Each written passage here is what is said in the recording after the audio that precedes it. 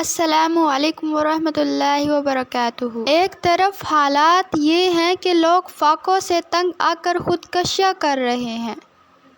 ایسے ہی ایک صاحب نے بتایا کہ گھر میں بچوں کے کھانے کے لیے کچھ بھی نہیں تو راشن ڈلوا دیں۔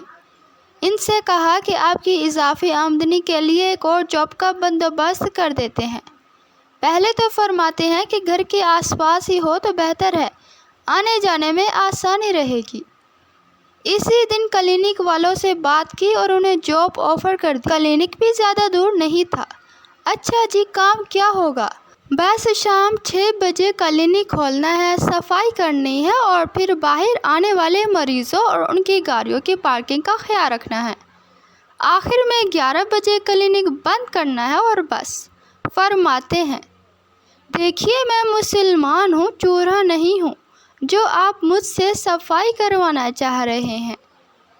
اب ایسے لوگوں کی مدد کرنے کو جی چاہتا ہے۔ رسول اللہ صلی اللہ علیہ وآلہ وسلم نے بھی ایک مانگنے والے سے لکڑی کا دستہ منگوایا، اس پہ لوہے کا ٹکڑا خود دست مبارک سے لگا کر اسے کلہاڑی بنا کر دی کہ جاؤ لکڑیاں کاٹو اور پیٹ پالو۔ ہمیں بھی یہی کرنا چاہیے کہ بجائے کسی کو خیرات کا عادی بنانے کے اسے کوئی کام ہی دلوا دیں۔